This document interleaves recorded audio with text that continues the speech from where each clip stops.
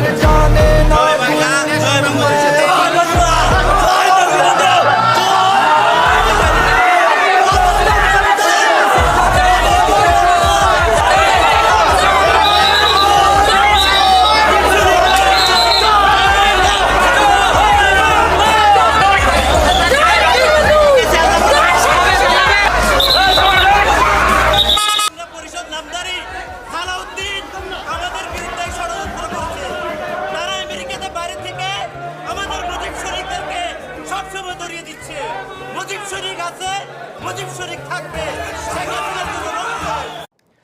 আওয়ামী লীগ ও ছাত্রলীগেও গুপ্ত আছে।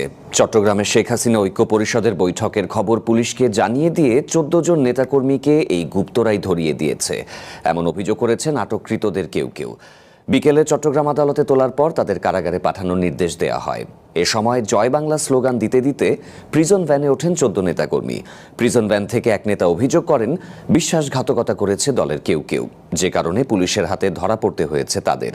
কার্যক্রম নিষিদ্ধ আওয়ামী লীগ ও তার অঙ্গ সংগঠনের এই ১৪ নেতাকর্মীকে আগের রাতে হালি শহরের একটি রেস্তোরাঁ থেকে গ্রেপ্তার করে ডিবি পুলিশ। সেখানে শেখ হাসিনা ঐক্য পরিষদের ব্যানারে গোপন বৈঠক হচ্ছিল বলে দাবি করছে পুলিশ।